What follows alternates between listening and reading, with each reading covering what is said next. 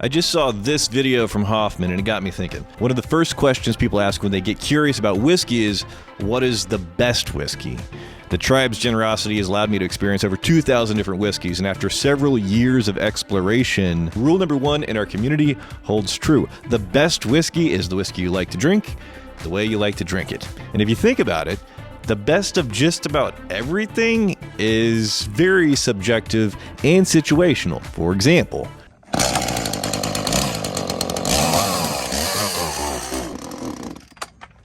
damn.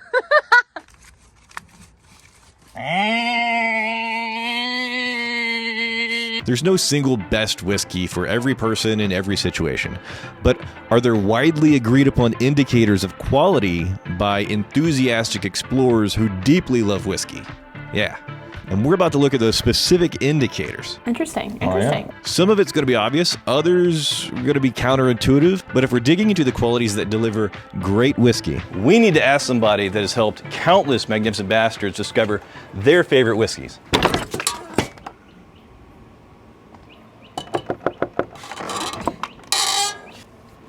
So you're a level 4 whiskey somm, and then also you've recently you won a very prestigious award. Irene, what does a great glass of whiskey taste like?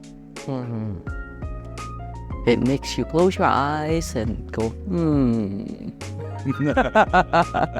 So for me, just me, because not everybody's like me, it's got to smell great.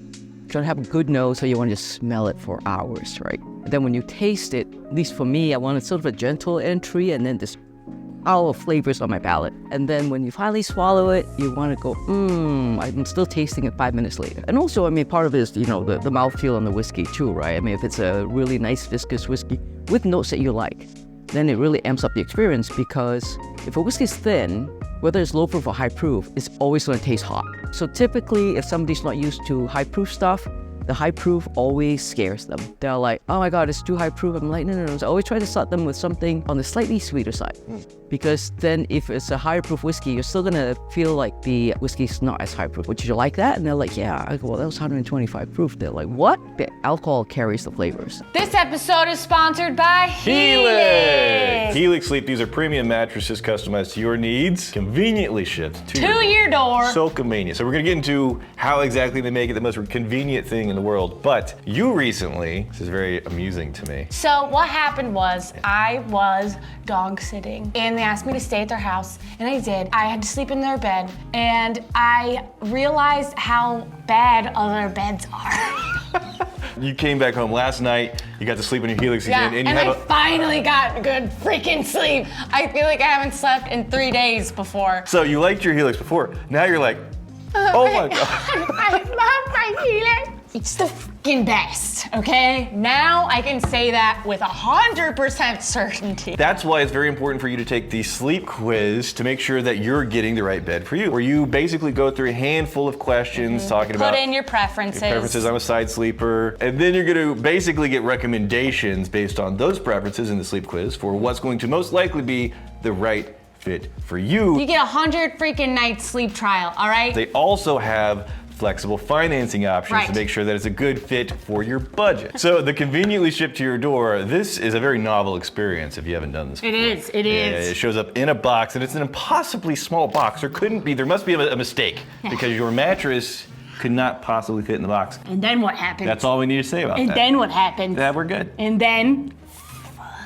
Okay, so, no, there's no time to demonstrate how conveniently it shows up at the door.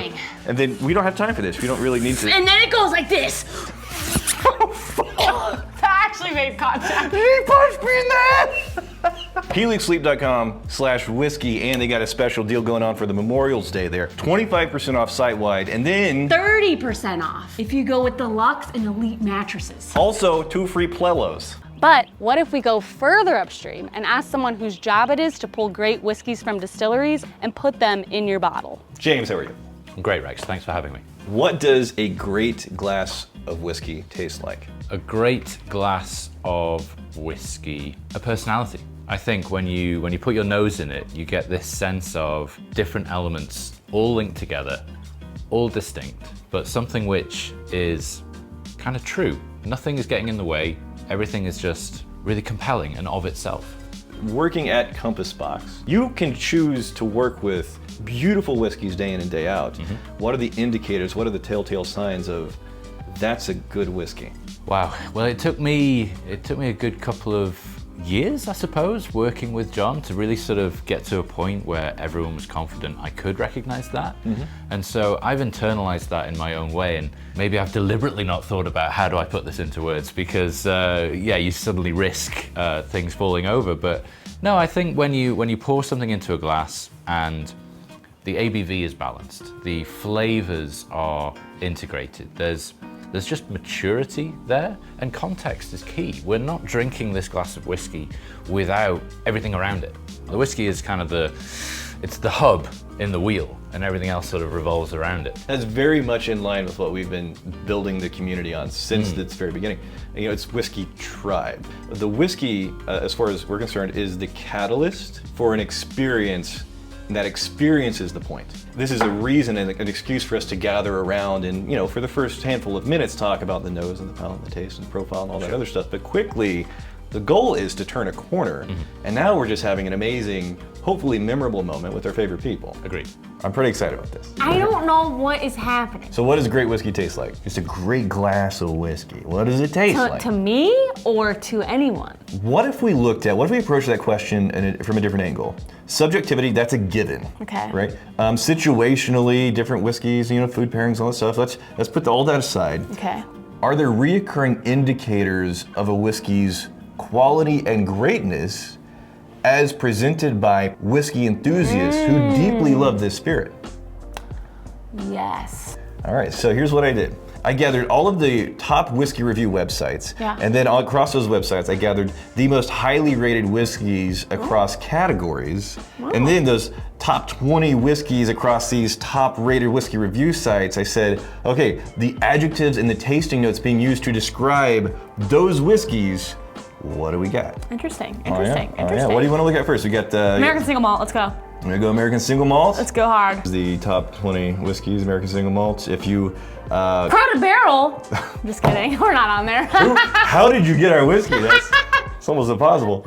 Dang, Balcones though. They're number 3. Number 3, yeah. And then this is like a curated collection across all of these whiskey reviews. Westland? So Westland, the fact that Westland's right up there, hell yeah. Stranahan's, of course, the Stranahan Snowflake specifically. Virginia Distillery, that's in our blend. Yeah, that's on our new Irene blend. All right, really quick. Delbach is also. I know. That's the second part. It's such an amazing couple of blends that we got. There's an event going on with this. Here, let me play a video real quick. We'll come back. All right, you magnificent bastards. You are invited to the event to release the Orthros and the Cerberus, the magnificent beast blend that Irene has been working on for a long time. Are you a little excited? Are you very excited? Super excited. Go big or go home. They're both beautiful. There's 25 spaces for people who are in the morning. To go through a blending session with me, 6 bottles, samples, and they're gonna be number 1 to 6. The exact same whiskeys that she used to put together the magnificent beast blends. They're very different, right? One is smoked, one is unsmoked. We're gonna taste through them. I'm not gonna say anything. You decide how you're gonna recreate my 2 blends. 25 people for the morning event, the private blending session, and then a lot more spaces for people to do like a pairing. Yes, the smoked is gonna go with our, Texas barbecue, and the unsmoked is gonna go with the really nice fruit cobbler. Join us Saturday, June 8th for whiskey, barbecue, and a duo release of 2 magnificent beasts. You have 2 options, the exclusive blending session followed by the pairing event, or just the pairing event. Either option includes both bottles of whiskey. If you can't join us, you can still put your name on the waiting list to claim a bottle. So if we break it down into a pie chart, Okay. in American Single Malt, across these whiskey review websites, you're seeing 15% of the time, almost 60% of the time, a big old vanilla. That sounds about right. Sounds about right. Yeah. They also, in American Single Malt, a lot of spice being referenced. Right. A lot of spice, almost as much as vanilla. Also the fruitiness, and then rich. Rich isn't a flavor. Rich is it's a character. Yeah. So to have vanilla, spice, fruity, rich. Yeah, then you're looking at an amazing American Single Malt. I know, math, the percentages, the numbers on these charts don't add up to exactly 100%. Proportionally, it's correct.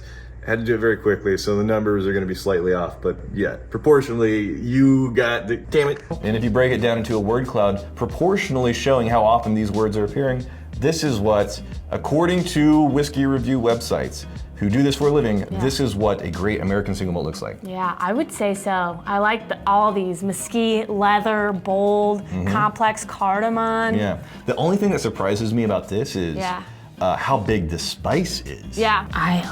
Isla. Oh, living dangerously. Yeah, let's get in it. Isla, here you go. Smoky. Smoky, peaty, spicy, and sweet. That is well more than half of the flavors that you're getting in a really great Isla. And salty. Oh yeah, you gotta love some salt. Isn't that brine in there? Yeah. Look how big peaty and smoky are. And again, spicy is showing up. Big. Spicy showing up big. Now you'll notice vanilla, a very, very big whiskey flavor. It's there, it's making an appearance. I feel like that's gonna make an appearance in most whiskeys because that's coming a lot from the barrel. Yeah, the vanillins. Here's the problem with bourbon. So speaking of the live stream we just did a few hours ago, fantastic time. Thank you to all the magnificent ambassadors that showed up. Did you have a good time? I had a great time. You wanna do it again? It was awesome, yes. We Is this the cloud from the live stream? Yeah. Uh-oh. For the bourbon category, let me just do that in the live stream. And then on stream, we can see the cloud with, what the hell? I am bourbon. Vanilla, yes. Caramel, yes. Brown sugar, yes. Cherry, yes. Empty wallet. Highland Scotch, the largest note. Rich, the largest adjective. I said, I want adjectives and I want tasting notes, not just flavors. I want descriptors, which can include things like rich and smooth. Ooh, heather smoke. Vanilla, rich, spicy, honey. Well, you know what's kind of crazy? Putting rich aside for a second, these are tasting notes. You got caramel over here. These are tasting notes for like a bourbon. Yeah. But if I saw vanilla, spicy, oak, honey, you might think it's a bourbon. Yeah. And these are wildly different whiskey categories from each other. They taste completely different. Right. So there's only so far that you can get in verbalizing the experience of a whiskey. It's the end of the day on Friday. We just did a live stream. We ran out of time making this episode, but hopefully it was as practical as we could possibly make it in about, I don't know, a few hours of time to make a damn video. I'm just gonna blast these on the screen. You guys can pause it and check out and analyze it however long you want to. Right, there is your rye. Yeah. We're in the Japanese whiskey. Rich, sweet, vanilla, fruity. Space side. If you like sherry bombs, you'll be right at home in the space side, sir. How about some Canadian whiskey? It's a Canadian short. You know what? Smooth. That shows up. We named a whiskey after it. Dolphin Smooth. Yeah, it is smooth. It is smooth. Forgot the Irish whiskey right here. You got the chart, you got the flavor cloud. Thank you so much to Irene and Saxon. They're awesome. Join us with a link in the description down below for Irene's Magnificent Beast blends, 2 of them. Orthrus and Cerberus. Beautiful whiskeys. Saturday, June 8th. Link in the description. Yeah. And there's a private blending session in the morning. It's almost sold out. I gotta go, bye. Also, there's gonna be a food pairing with burnt end briskets and blueberry cobbler.